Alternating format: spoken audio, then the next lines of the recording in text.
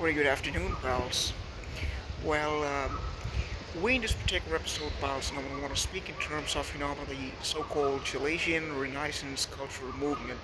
Pals, it's a really amazing day, when there seems to be a great deal of sunlight over here in the campus. This videotape is recorded at about 13:36 p.m. Indian Standard Time. It's such a beautiful moment, pals, because we never really got an opportunity to record the college, pals, in this particular way. By the way, pals, during the JALAJian era, this was the building, which we were talking about, which used to be the block for freshman engineering students.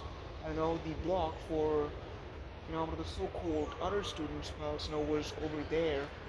You know, uh, that's right behind us, at the architecture college, that was the so-called Department of Telecommunications and Engineering. If you look at here very carefully, pals, you will see that, there are all those kind of blocks over there, pals, which happen to be like, which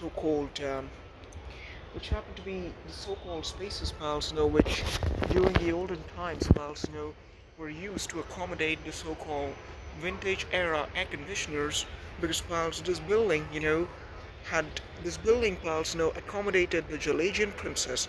Jalajian princess, pals, in her era, all of this particular place, used to be like a very beautiful garden, pals, in the times of Nandita Nanda, Mihika Mahajan, Priya Soni, or all the other amazing people, pals, along with the Jalajian princess.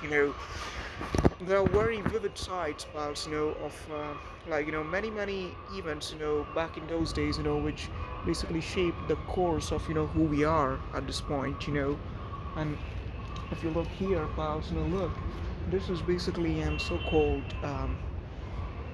this is basically an access facade, to the law college right now.